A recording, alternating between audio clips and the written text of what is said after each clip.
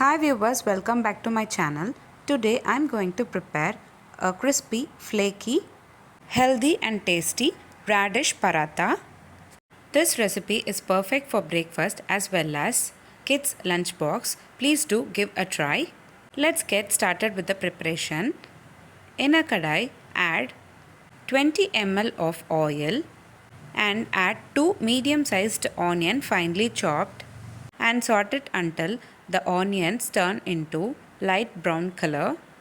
Later, add 2 medium-sized tomato finely chopped and sauteed until the oil separates from the mixture.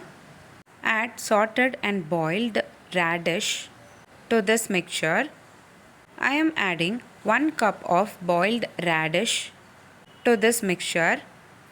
Saute it about for 2 minutes and add salt as per your taste. Today I am adding half spoon of salt and mash it generously as I am showing in this video. Now we have prepared the stuff. You can add this mixture in the flour or stuff it. Today I am going to add this mixture in the flour.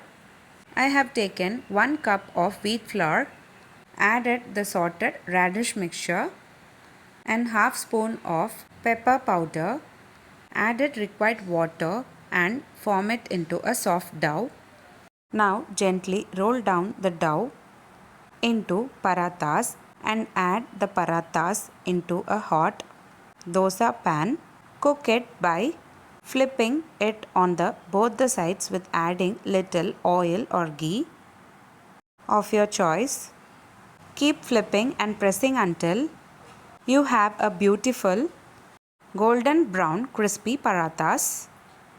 Serve your homemade healthy radish parathas hot with a dollop of white butter, plain yogurt or your favorite pickle.